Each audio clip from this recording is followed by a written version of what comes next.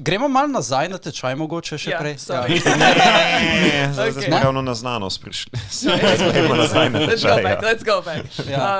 Mogoče mi poveš malo o svojem v bistvu vključitvi, kako si v bistvu si zastavila, kako bo tečaj potekal, ker verjetno samo pripravo, sam projekt si mogla voditi iz ozadja, povedati, tukaj bom predstavljala, ne vem, osnove, potem pa bomo delali nekaj popoldne, ker si rekla, da je to v 2 ciklih potekal, tečaj.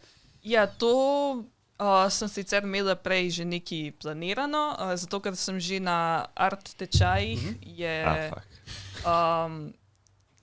I blinked. I get distracted real fast. Too much coffee. Ja, v teh art tečajih sem za nekaj časa tudi probala imeti ene kratke te manga delavnice. Mi je uspelo imeti eno mini, sicer je samo ena prišla, ampak whatever. I tested my stuff there. Sem naredila cel plan, kako bi lahko v 5 dneh naučila nekoga risati manga stvari. Pa sem začela res pri osnovah, ker sem gotovila, da to so mlajši. Ko sem rekla, ok, dajmo vzeti te osnove, ki jih 100% rabiš. Ker vem, da itak vsak, mislim, brez veze je učiti manga stil, a ne?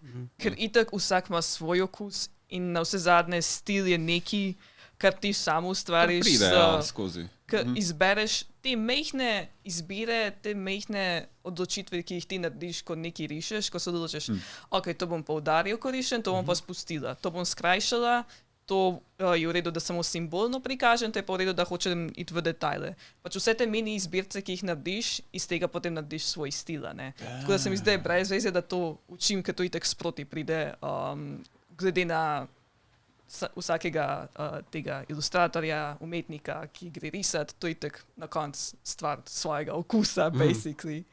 A ne, kaj je tvoj stil? Basically, tvoj okus, kaj ti je všeč risati in kaj ti ni všeč risati. V kaj se lahko res čist zapičiš noter, jaz grem to risati, kar pa ni.